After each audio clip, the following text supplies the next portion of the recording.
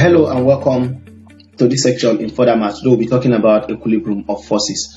Now, when we talk about equilibrium, we are referring to forces in balance. But before we go into details of equilibrium of a body, let's take a quick review of our previous lesson. Okay, welcome back.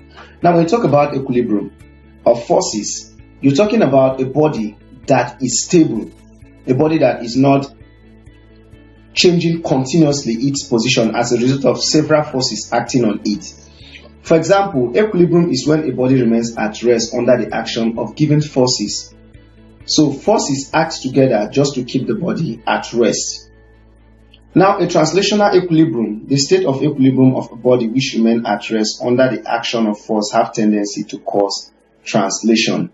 And condition for equilibrium: when a block is placed on a table as shown, and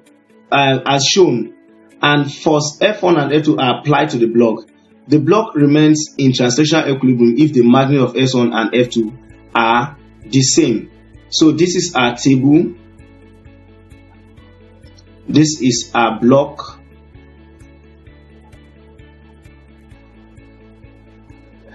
now if the force here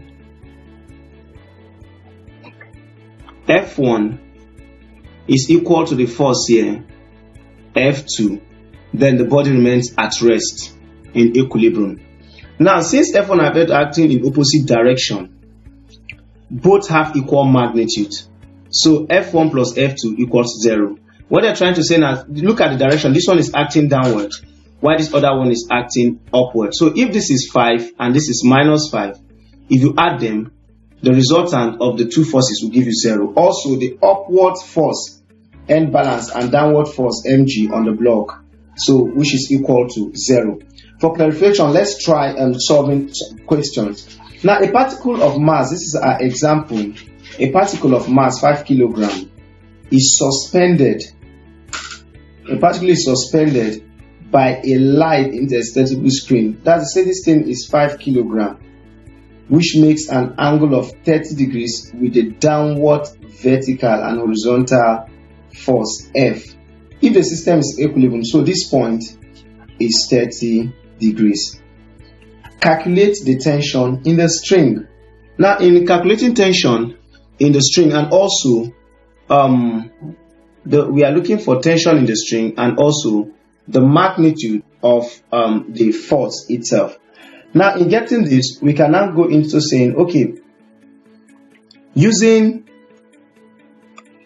sine theta to be equal to, because this is this, we have something of this nature, a 90 degrees here, equals to AB all over OA. Now, from this, where's our AB?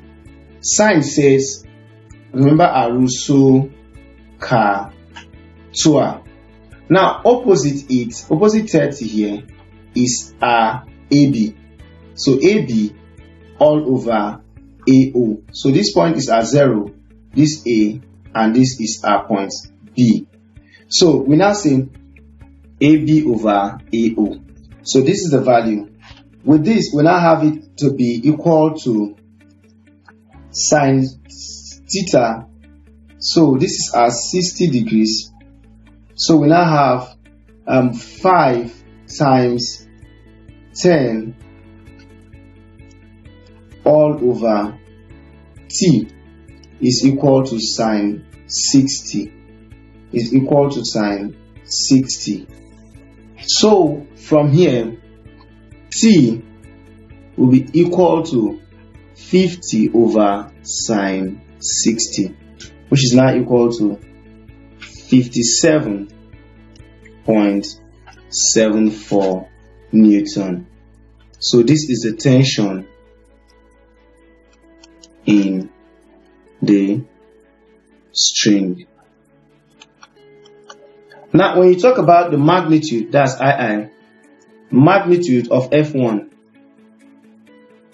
magnitude of F1 becomes tan 30 equal to OB over AB. Equals to OB over AB. So with this, we now have 50 tan 30 equal to F. So which is equal to 28.87. So the tension F1 is equal to 28.87. That's the magnitude of force that it can be found on this. So I would like to say thank you for being part of today's lesson. Do well to take the test that will be coming up shortly on the screen. And don't forget to use this platform as a means of reference of study. So thank you, and see you in our next lesson.